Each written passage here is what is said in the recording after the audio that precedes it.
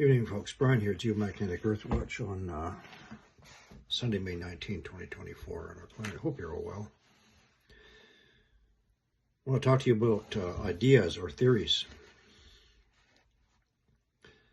So a theory or an idea of something uses some critical and rational thinking, common sense, perspective, and it can take long-term observations and reporting. A hypothesis is a proposed outcome explained on the basis of perhaps limited evidence, but again, long-term observations.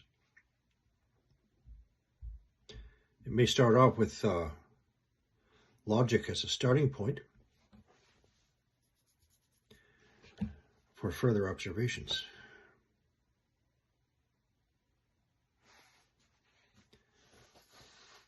The perspective becomes more accurate when observed repeatedly, time and time again. And in my case, in the order in which I suggest something is going to be happening. You can also align these observations and findings with Scripture, because it all falls into place logically. So when we talk about the outer core expansion, the outer core is the layer within our planet where our magnetic field is generated from. The expansion is caused, believed, by the influx, penetration of the cosmic rays, the highly charged particles originating from our sun, as well as from the rest of the galaxy, galactic cosmic rays, and maybe from the dark star cell.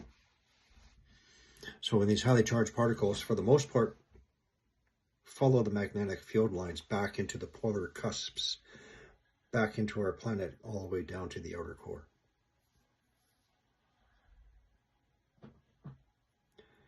Absorbed by the outer core. And this creates a heating effect, an expansion of the core. So my theory has always been that this pressurized, harder magma has to escape, and it escapes up through the mantle plumes. The mantle plumes, which are anchored to the outer core of our planet, have a tail. When they come to the underside of the lithosphere, they develop what's called a mantle plume head. It can spread thousands of kilometers in diameter. It can have branches, arms, nodes, exerting its pressure heat underneath the lithosphere in which we walk upon. To show you an example,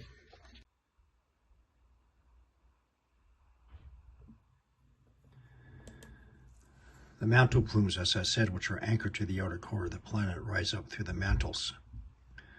When coming to the underside of the lithosphere, they will spread to what's called the mantle plume heads.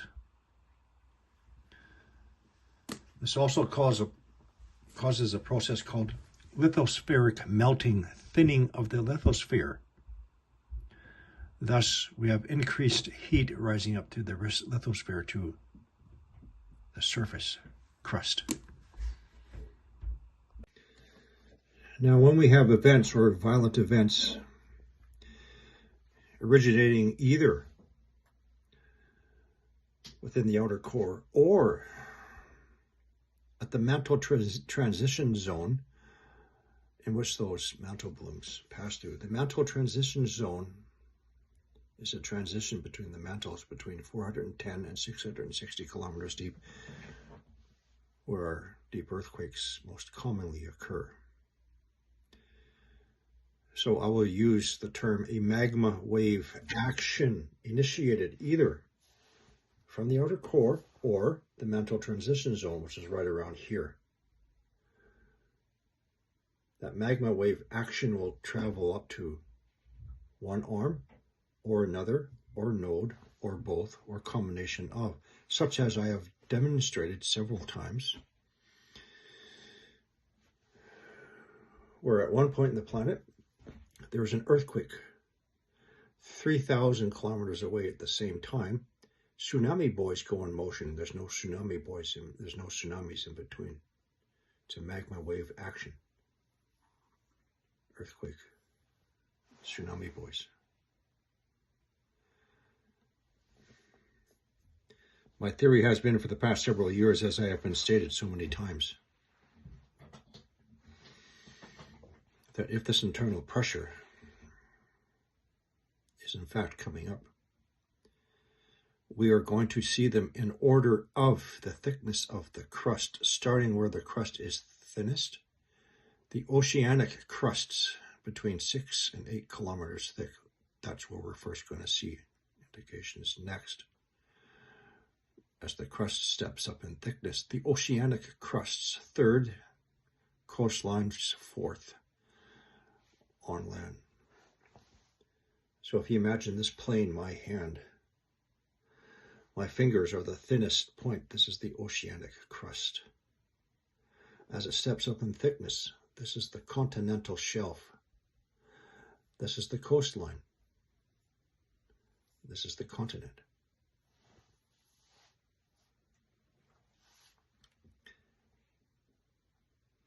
But now I'm beginning to see a different pattern on indications. I hypothesize, my theory, my idea, that as the outer core continues to expand, we are also going to see indications where our rift valleys are the deepest, and we are beginning to see them. So I'm going to take you to Google Earth, and I'm going to show you. The most common and obvious is the Mid-Atlantic Ridge, where a lot of our earthquakes are common, starting from Iceland, and actually Gackle Ridge, Iceland, coming on down to a triple junction, the Azores, continuing on down. Next, okay, pay attention to this one. The deepest ridge is the Romanche Trench at 7.7 kilometers deep. People, this is where we had that 750 kilometer deep earthquake, magnitude 7.5, approximately 2 days after a coronal mass ejection impact. The focal point, as I pointed out a few times, of the CME was this area right here. The planet responded by a 750 kilometer deep 7.5 earthquake right here. Precursors actually the day before was a 5.8 and another 5 point something earthquake right here. This is the deepest trench in the world. Let's continue. Another deep trench is the Puerto Rico Trench right here. This, people, is where we are now seeing an increase in earthquakes. In fact, specifically along this trench, but between this trench and Venezuela. Let's continue. The Red Sea Rift. This is where I have showed you repeatedly all the heat detections on the volcanic islands.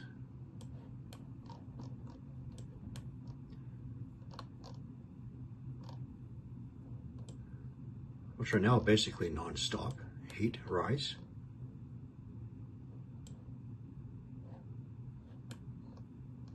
The Red Sea Rift. Next, the Great Rift Valley, Ethiopia.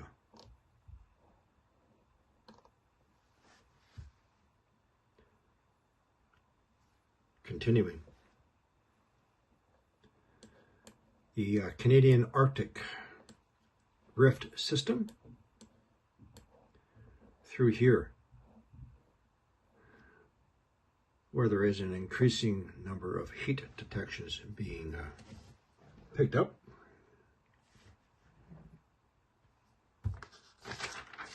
Okay, one moment. I'm just got to find my list here.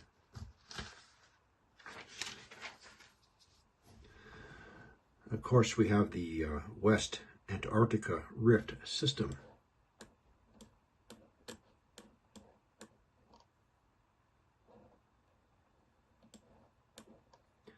This is where a lot of our ice melt, and there's 199 known submarine volcanoes underneath Western Antarctica.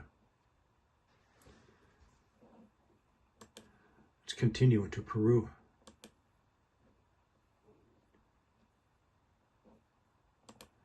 Colca Canyon, Peru.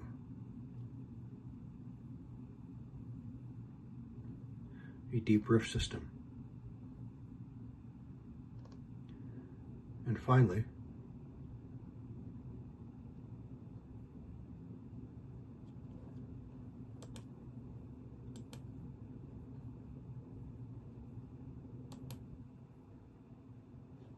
this rift system right here.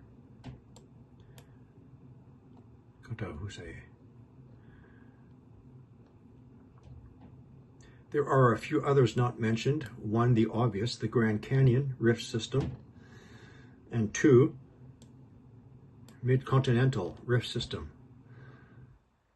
This island here and this peninsula here.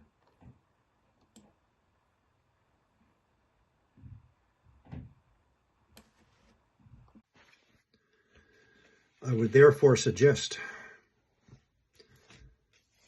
when we're talking about Earth's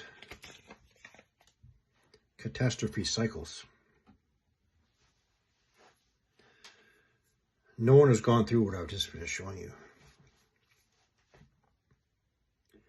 Well, one, there's one particular person who is in opposition to all this because he's been put in place by the government to distract you and deny. He went so far as to say, hot spots and therefore mantle plumes do not exist.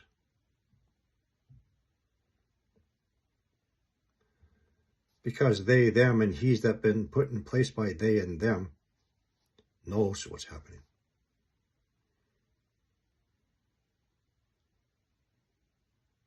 Wouldn't you find that suspicious? I digress.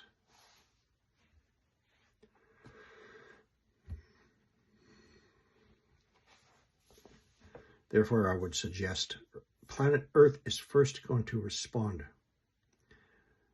in such places as the Romanche Trench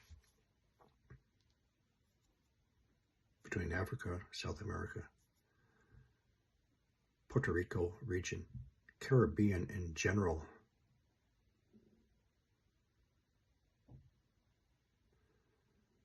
Going back to the first trench, 7.7 kilometers deep.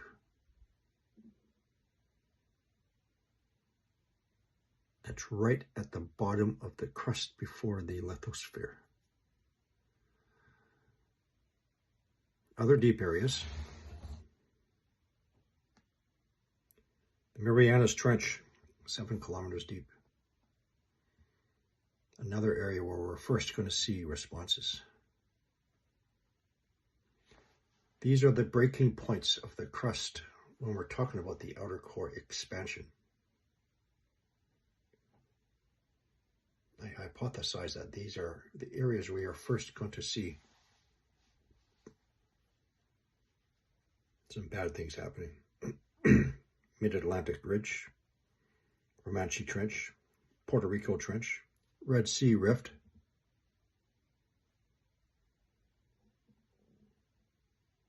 the Canadian Arctic Rift System. There's quite a few earthquakes in that area. Mid-Continental Rift System, Great Lakes. Remember all those heat detections I'm showing you.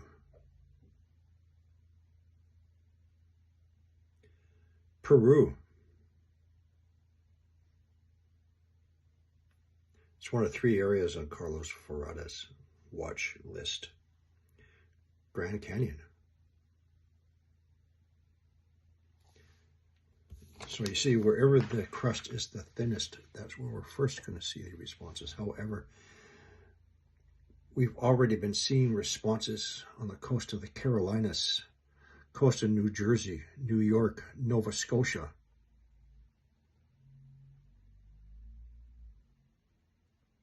Caribbeans, Bahamas, coast of California, San Francisco, Seattle.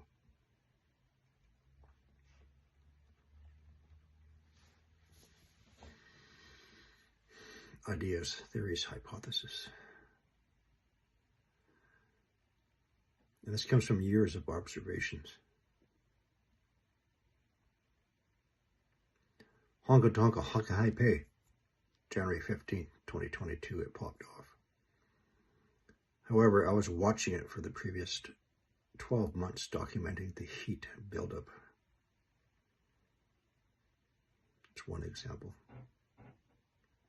We also need to pay attention to the volcanic islands, such as La Palma, Hawaii,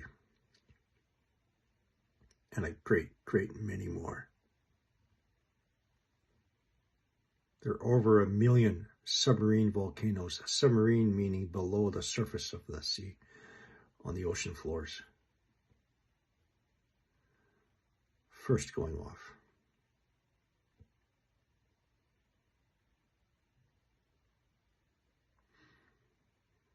Okay,